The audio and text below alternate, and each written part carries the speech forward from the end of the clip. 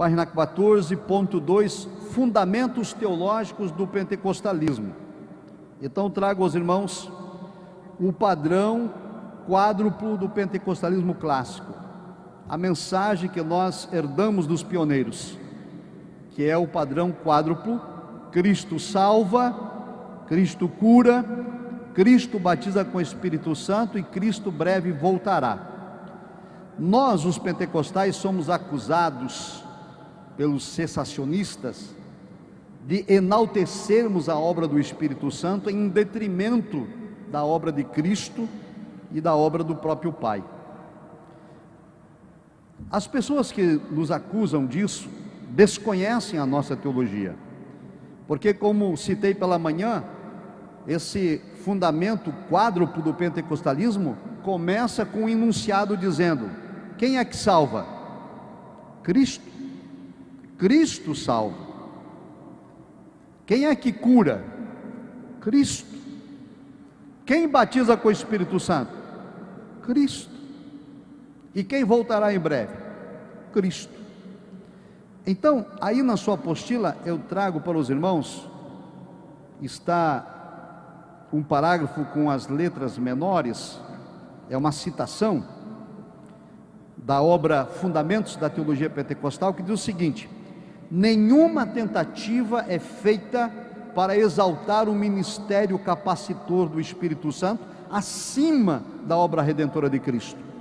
Reconhecemos que a obra principal do Espírito Santo é exaltar a Cristo, mas afirma-se também que a obra consumada de Cristo faz provisão de uma plenitude do Espírito, além da regeneração, da qual os crentes podem ou não se apropriar.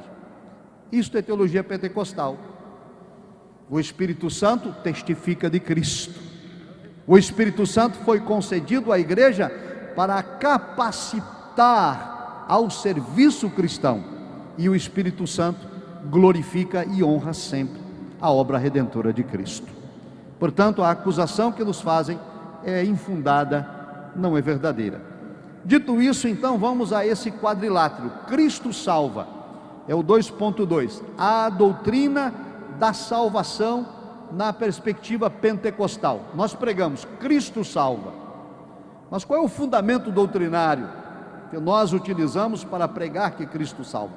Eu quero lembrar aqui então aos irmãos rapidamente que o princípio teológico adotado pelas Assembleias de Deus chama-se sinergismo, sinergismo evangélico, onde há uma participação efetiva de Deus. É Deus quem proporciona a salvação, é Deus quem dá o primeiro passo em direção ao homem.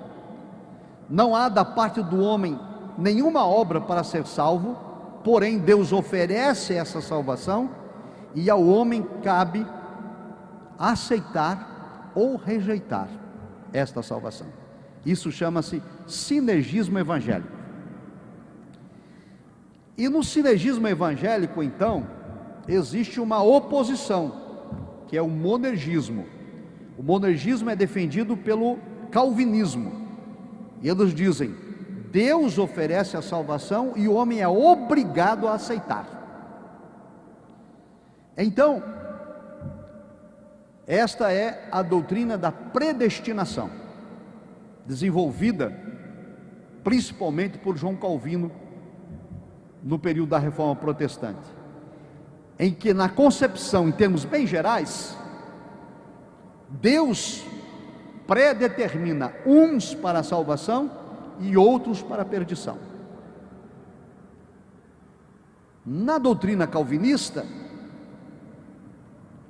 a pessoa nasce predestinada para ser salva ou predestinada para morrer perdida, de modo que o sacrifício de Cristo na cruz não é para todos. E também ensinam que uma vez salvo, predestinado para ser salvo, salvo para sempre.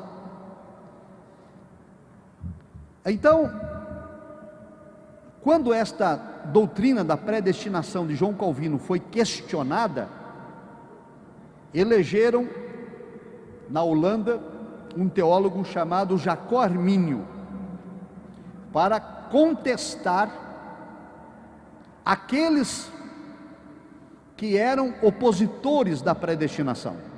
E Jacó Armínio era calvinista.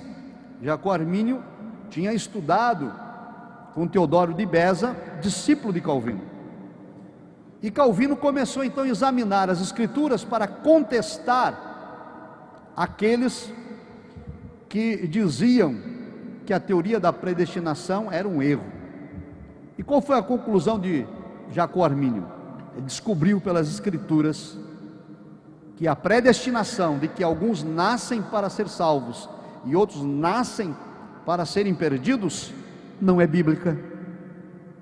E não está isso nas escrituras, não é o ensino da palavra de Deus. E Jacó Armínio então passou a ensinar o sinergismo. Deus dá o primeiro passo e cabe ao homem aceitar ou recusar. Deus não obriga ninguém a aceitá-lo. E a partir daí então desenvolveu-se o que se chama de soteriologia arminiana, ou a doutrina de salvação baseada em Armínio. Mas Armínio não foi o primeiro a escrever sobre o sinergismo evangélico. Todos os pais da igreja, os apóstolos e os pais dos primeiros séculos ensinaram isso. Deus amou o mundo de tal maneira, enviou o seu filho, deu o primeiro passo, a fim de que todo aquele que nele crer não pereça. E o texto diz mais: quem não crê está condenado. E a nossa declaração de fé, então, embora não diga que a nossa soteriologia é arminiana, a nossa declaração de fé concorda com todos os pressupostos da doutrina da salvação de Jacó Armínio, porque é um fundamento bíblico. Então quero ler isso com os irmãos. Veja aí, 2.2 está a citação com a fonte menor, que diz o seguinte: a salvação está disponível a todos os que creem. Sabe o que isso quer dizer, irmãos? É um princípio teológico. A expiação é ilimitada, ou seja, Cristo morreu para salvar todos. Segundo aspecto que diz aí: sendo condicionada a fé em Cristo Jesus, estando relacionada à presciência de Deus. O que isso quer dizer? Que a eleição é condicional. Qual que é a condição para ser eleito? É preciso estar em Cristo, ter fé em Cristo e arrepender-se em Cristo. E como se dá a eleição? Pela presciência de Deus. Deus sabe de antemão, pela sua presciência, quem vai crer, quem vai se arrepender e quem vai ser salvo, e Ele então os elege pela sua presciência. Mas Deus não obriga ninguém a fazer isso. A nossa declaração de fé continua a dizer: a graça de Deus é manifestada salvadoramente, entretanto não é irresistível. É um outro princípio teológico. A graça não é irresistível. Eu posso recusar a salvação, eu posso não querer ser salvo, Deus não me obriga a aceitá-la. O que mais? Foi Deus quem tomou a iniciativa da salvação, Ele dá o primeiro passo. É por meio da graça que Deus capacita o ser humano para que ele responda com fé ao chamado do Evangelho. Agora veja como isso é maravilhoso. O que diz a doutrina bíblica? Deus dá o primeiro passo. O meu livre-arbítrio não é capaz de fazer escolha correta, e o próprio Deus vem, restaura o meu livre-arbítrio, me capacita a fazer a escolha certa, e o próprio Deus me dá fé para que eu decida de modo adequado. Por isso Efésios 2, 8, 9 diz: pela graça sois salvos, mediante a fé, e isto não vem de vós, é dom de Deus, não vem das obras, para que ninguém se glorie. Essa é a doutrina da salvação pentecostal arminiana. O que mais diz o texto? Os seres humanos, influenciados pela graça que habilita a livre escolha, são livres para escolher. Deus proveu a salvação para todas as pessoas, mas essa salvação aplica-se somente àquele que crê, e não há dúvidas quanto à possibilidade do salvo perder a sua salvação. Isso está na nossa declaração de fé. Então, recapitulando rapidamente, a expiação é ilimitada, Cristo morreu por todos. A eleição é condicional, só é eleito quem estiver em Cristo, quem tiver fé em Cristo, quem se arrepender em Cristo, e é o próprio Cristo quem proporciona ao homem esta possibilidade. A salvação é dada de graça, não por meio de obras, e cabe a mim, a você, a cada um de nós fazer a manutenção dessa salvação, para não cairmos da graça que nos foi dada por Deus. Amém, queridos? Essa é a doutrina da salvação das Assembleias de Deus. Então escute um detalhe: muito se erra nesse ensino, dando ênfase ao livre-arbítrio. A doutrina da salvação não está enfatizada no livre-arbítrio. O meu livre-arbítrio não é capaz de decidir aceitar ou recusar a Cristo, porque meu livre-arbítrio está depravado, decaído. A minha inclinação humana é carnal, sempre para o erro, mas o Espírito Santo de Deus ativa o livre-arbítrio, restaura o livre-arbítrio, e Ele me dá então a condição de eu entender o plano da salvação, e me deixa livre para escolher.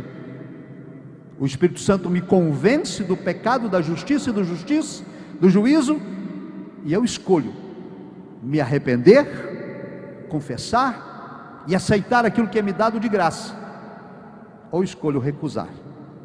É isto que nós pregamos, é isto que ensinamos, e é isto que a Bíblia diz.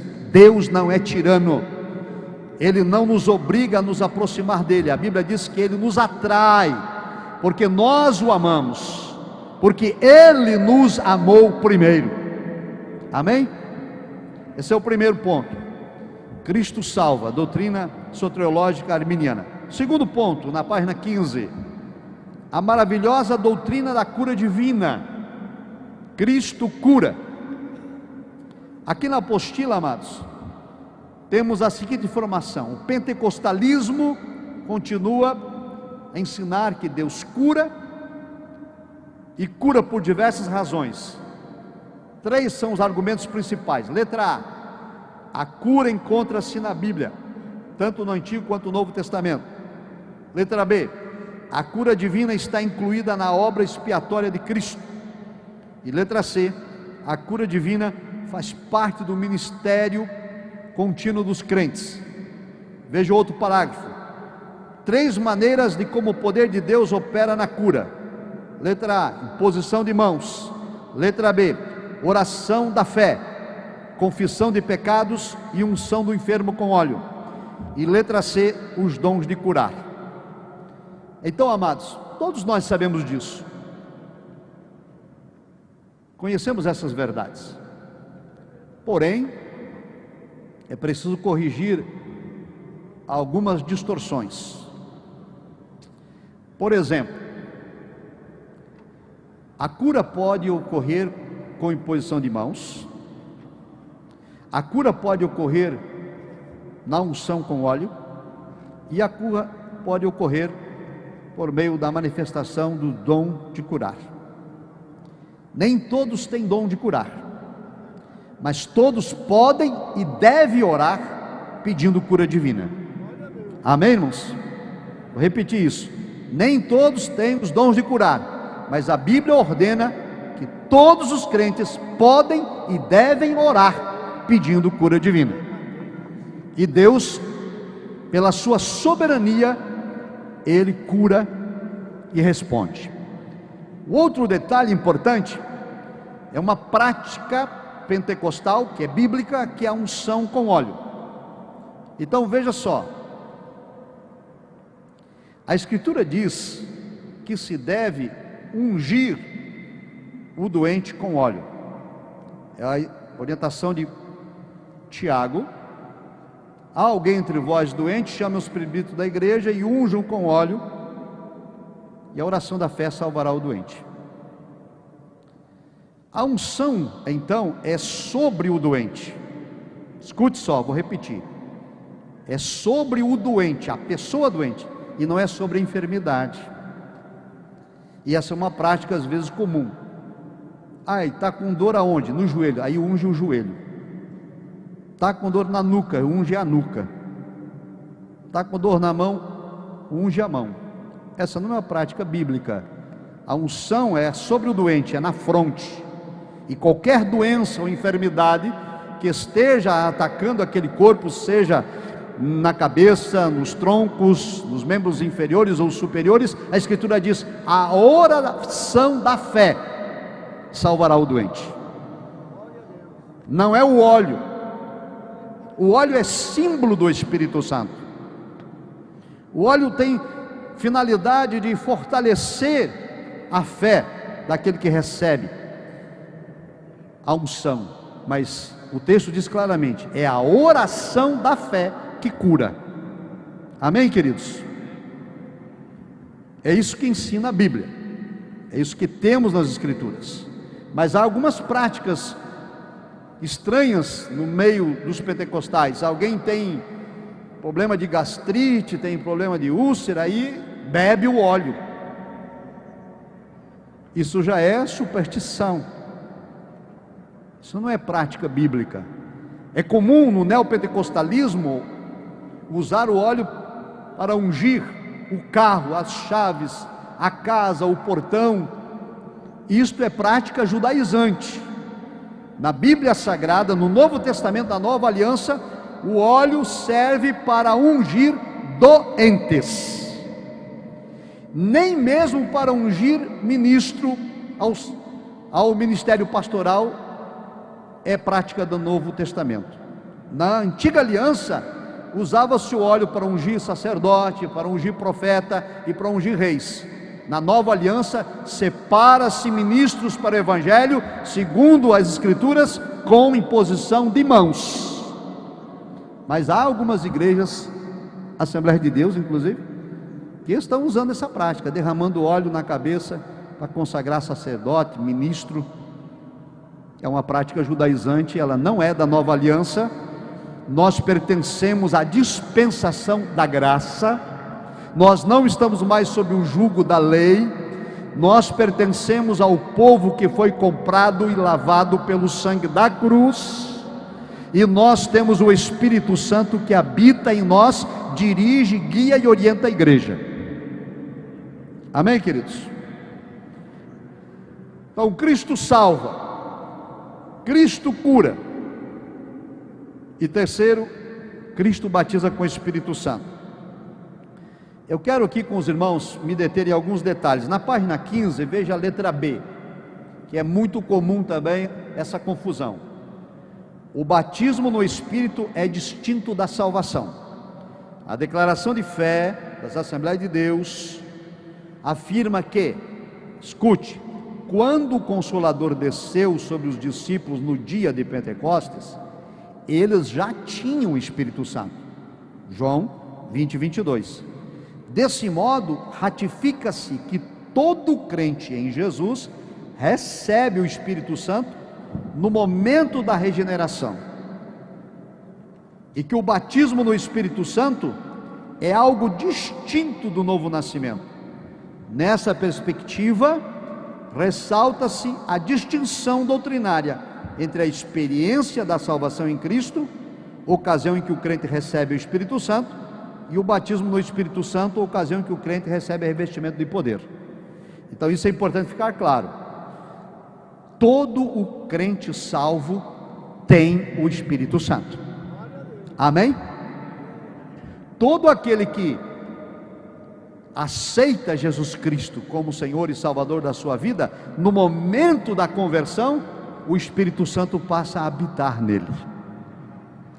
Lá em Efésios, o apóstolo Paulo escreveu sobre isso, dizendo que quando nós ouvimos o Evangelho da salvação, e nele tendo crido, disse Paulo, fostes selados com o Espírito Santo da promessa, que é o penhor da nossa salvação.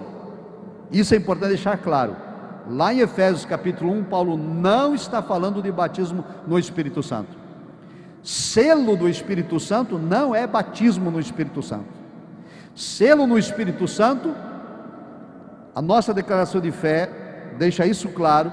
Os nossos pioneiros ensinaram isso, mas houve um tempo em nosso meio que esse ensino foi misturado. Então eu preciso esclarecer isso.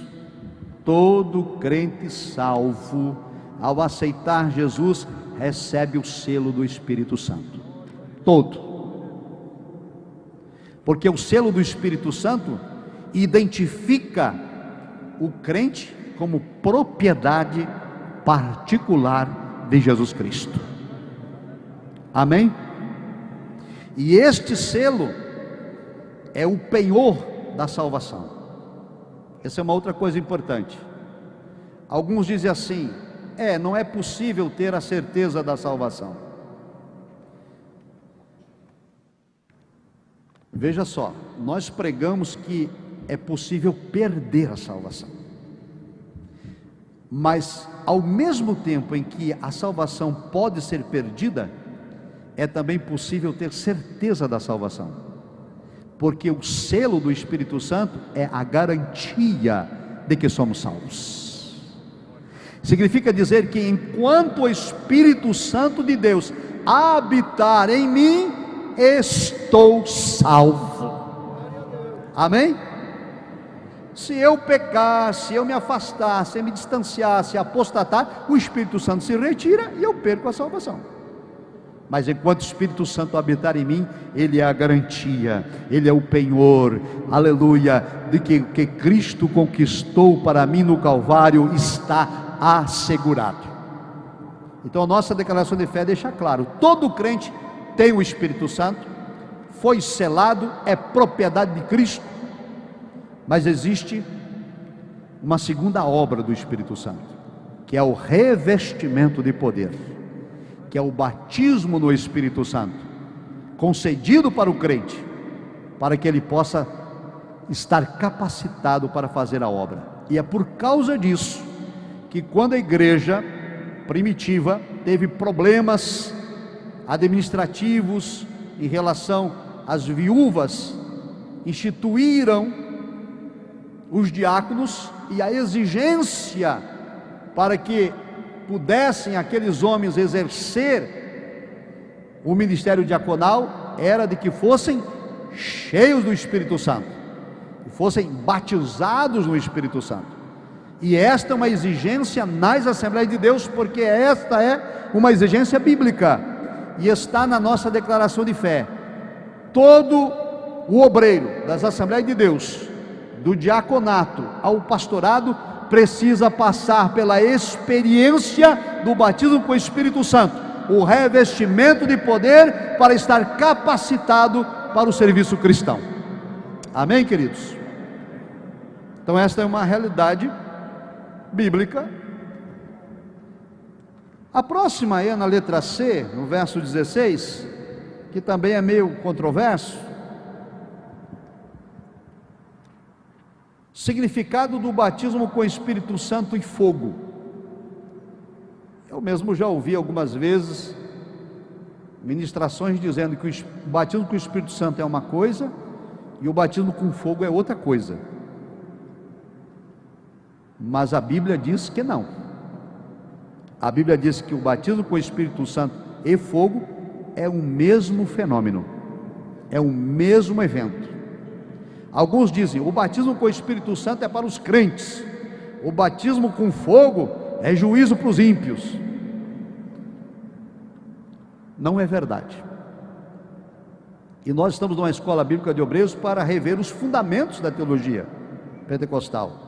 E o que eu estou ensinando aos irmãos, ou expondo aos irmãos, eu tenho cuidado de dizer a palavra ensinar, porque é muita prepotência querer ensinar ao servo de Deus, mas eu estou compartilhando com os irmãos aquilo que cremos, que professamos e ensinamos desde a fundação das Assembleias de Deus em 1911. São 110 anos de história pregando e ensinando a mesma coisa, baseado na palavra de Deus. E a declaração de fé, como já citei, que foi publicada pela Convenção Geral, tem esta proposta: manter a unidade doutrinária, para que aquilo que é pregado no norte também seja pregado no sul, e não haja em nosso meio ensinos diferentes. Então veja aqui, acompanha comigo na apostila. Escute só. João Batista afirma que Cristo batizaria com Espírito Santo e fogo. Para a correta interpretação, é necessário prestar atenção no emprego da preposição com, que não é repetida antes de fogo em nenhum dos textos bíblicos. Uma única preposição com governa o Espírito e o fogo. Isso sinaliza um conceito unificado, isto é, Espírito e fogo simultaneamente.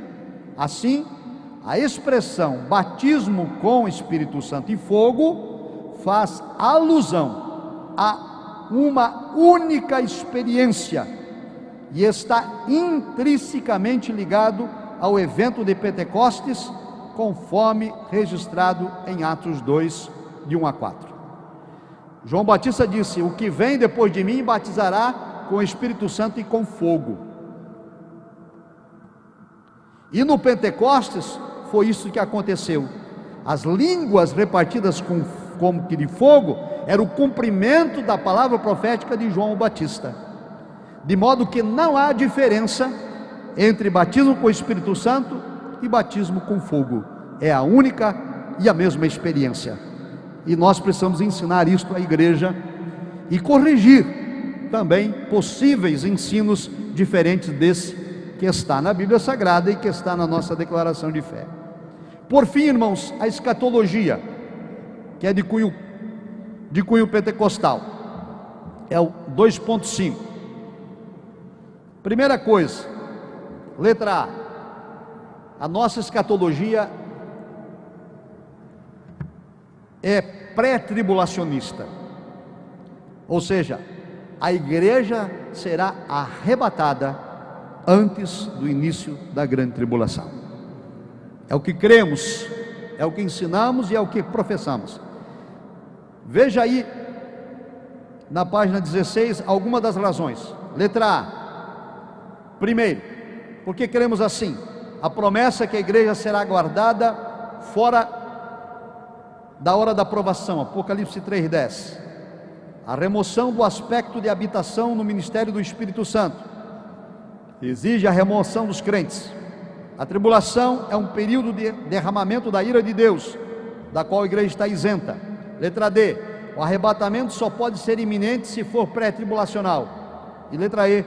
Deus somente enviou o dilúvio após Noé e sua família entrar na arca e destruiu Sodoma e Gomorra depois da saída de Ló e sua família. Assim, amados, o que cremos? O que professamos? Cristo virá em duas fases distintas. Primeiro, Ele vem buscar a igreja, e depois Ele vem para julgar o mundo. Ele vem para a igreja e depois Ele volta com a igreja. O arrebatamento da igreja contém inúmeras passagens bíblicas que o atestam. Paulo diz: será num abrir e fechar de olhos, no momento, dada a palavra de ordem, como um relâmpago, o toque da trombeta será executado, e os que estiverem mortos em Cristo ressurgirão das sepulturas, e nós, os que estivermos vivos, seremos transformados, o que é corruptível em incorruptibilidade, o que é carnal em espiritual, e seremos arrebatados a encontrar o Senhor nos ares, e estaremos para sempre com o Senhor. Quando a igreja for retirada da terra, o Espírito Santo se ausenta com a igreja. Lembra que eu disse ontem à noite, quem escutou, que no Antigo Testamento o Espírito Santo esporadicamente habitava em alguém? E agora na nova aliança, no Pentecostes, o Espírito Santo veio para habitar para sempre na vida do crente. O Espírito Santo habita na igreja, e quando a igreja for retirada, o Espírito Santo se retira com ela. Porém, escute, no Antigo Testamento, o Espírito Santo não habitava nas pessoas, mas ele estava agindo ou deixava de agir? Agia também. Então na tribulação o Espírito Santo vai continuar agindo, mas não vai habitar mais na vida de ninguém. Por isso, a dispensação da graça termina com a retirada da igreja da terra.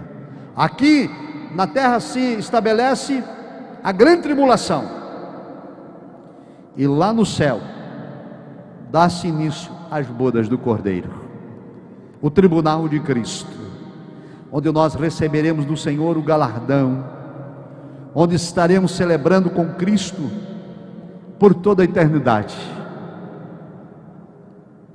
Ao período de término da tribulação, após 7 anos, entre outros aspectos, a igreja vem com Cristo para julgar a terra, e por isso nós somos pré-milenistas, porque se instala na terra o milênio, o período de paz, onde o diabo é aprisionado, e depois ele é solto, segue-se as batalhas do Armagedon e o juízo do trono branco. Esta é teologia escatológica. O juízo do trono branco, irmãos, importante destacar também, o juízo do trono branco é um juízo de condenação. Ninguém será absolvido do juízo do trono branco. A Escritura diz que os livros serão abertos, os livros das obras e o livro da vida. O livro da vida estará aberto no dia do juízo do trono branco com uma finalidade: para comprovar de que não existe erro nenhum naquele julgamento, que todos os que estão presentes ali no juízo do trono branco só estão porque os nomes não estão no livro da vida. Existe inclusive uma metáfora que se utiliza na academia teológica para ilustrar isso, de que, na ilustração, alguém no juízo do trono branco questiona a sua presença ali. Aliás, Cristo falou sobre isso lá em Mateus, no Sermão da Montanha. Naquele dia, disse Cristo: muitos dirão, eu profetizei no teu nome, eu expulsei demônios, eu falei noutras línguas. Então isso é importante destacar. Batismo no Espírito Santo é revestimento de poder para fazer a obra, mas batismo no Espírito Santo não salva a ninguém.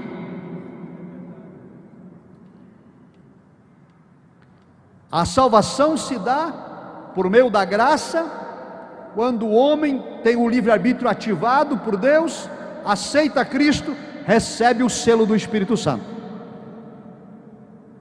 ele passa a ser salvo. Revestimento de poder, batismo no Espírito Santo, é capacitação para a obra. É possível alguém exercer os dons espirituais e perder a salvação? Sim. Cristo disse isso. Naquele dia muita gente se apresentará com esse pretexto: mas eu exerci os dons espirituais, eu profetizei, eu expulsava os demônios em teu nome, e operei milagres e maravilhas. E o Senhor dirá: apartai-vos de mim, porque eu não vos conheço. Vocês viveram na iniquidade. Experimentaram o revestimento de poder, experimentaram os dons, mas apostataram da fé, desviaram-se, andaram em erro, não praticaram a santidade. E então nessa ilustração, alguém vai dizer: profetizei, o meu nome está no livro da vida. E então o anjo, na ilustração, abre o livro e pergunta: seu nome? E a pessoa diz, ele procura, encontra e diz: de fato, seu nome está escrito aqui. E a pessoa diz: veja, não disse que havia um engano? E o anjo responde: está escrito, mas está riscado. Em algum momento perdeu a salvação. É isto que as Assembleias de Deus ensinam como teologia pentecostal. Cristo salva, morreu por todos, quer salvar a todos, mas nem todos serão salvos, porque para ser salvo é preciso ser eleito, e para ser eleito é preciso estar em Cristo, e para estar em Cristo é preciso ter fé e arrepender-se. E Deus proporciona a cada um de nós todas estas possibilidades. Ele ativa o meu livre-arbítrio, dá o primeiro passo. O Espírito Santo me convence do pecado, da justiça e do juízo e me deixa livre para decidir. E quando tomo a decisão, o Espírito Santo vem e faz morada na minha vida, e eu sou selado pelo Espírito e tenho garantia da minha salvação. E além desta graça, o Senhor Deus outorgou a oportunidade de eu ser revestido de poder, de eu experimentar uma profundidade maior do Espírito, de falar noutras línguas, de exercer dons espirituais e ser um instrumento e um canal de bênção para o serviço cristão. Mas a minha salvação precisa ser observada por meio da santidade, da comunhão com Deus, me preparando para a vinda do Senhor Jesus. Porque quando a trombeta tocar, quando os nomes forem chamados, só poderão ouvir o toque da trombeta e poderão ouvir o seu nome ser anunciado os que estiverem com vida santificada. É o que diz Hebreus: segui a paz com todos e a santificação, sem a qual ninguém verá o Senhor. Esses são os principais fundamentos da teologia pentecostal.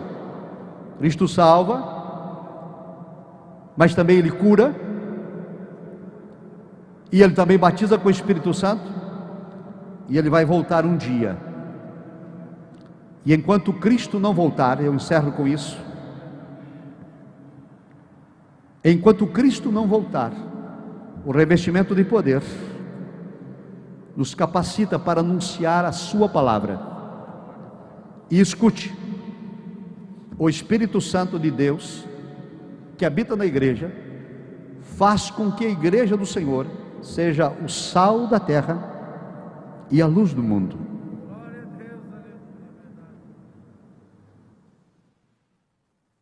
O sal, dentre outras propriedades,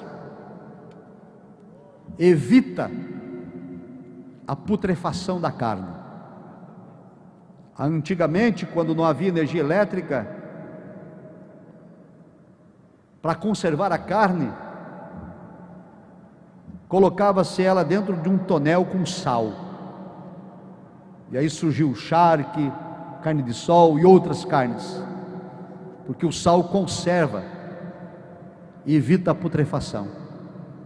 A igreja do Senhor Jesus está na terra com esta função: impedir a putrefação da sociedade, impedir a depravação da sociedade. E para isso a igreja precisa ser o exemplo para a sociedade. A igreja precisa brilhar em meio à escuridão. A igreja precisa ser a luz que ilumina a terra. Alguns dizem: mas não está profetizado que a iniquidade vai se multiplicar, que o amor de quase todos vai esfriar, que haverá decadência na sociedade? Sim, está escrito, está profetizado, mas também está dito que enquanto a igreja de Cristo aqui estiver, é ela que resiste à manifestação do anticristo.